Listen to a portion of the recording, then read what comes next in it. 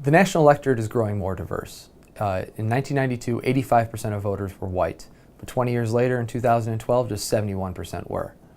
Though the percentage of voters who were black remained stable, the increases in minority voters came largely from Hispanics and Asians.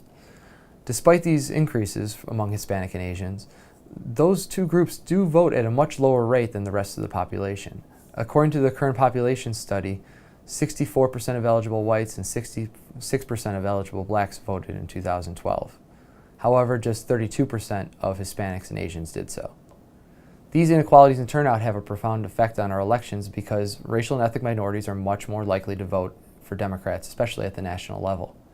In 2012, Obama won 51% of the national popular vote, but among white voters, he won just 39% of the vote. Conversely, African Americans supported him overwhelmingly with 93% support. 71% of Hispanics voted for Obama and 73% of Asians.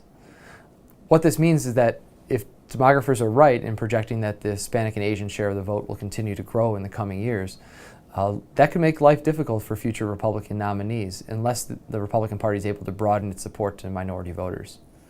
Democrats, meanwhile, are pouring resources in trying to increase the turnout of Hispanics and Asians, because if those two groups participated in elections at the same rates as whites and blacks, elections wouldn't even be close right now.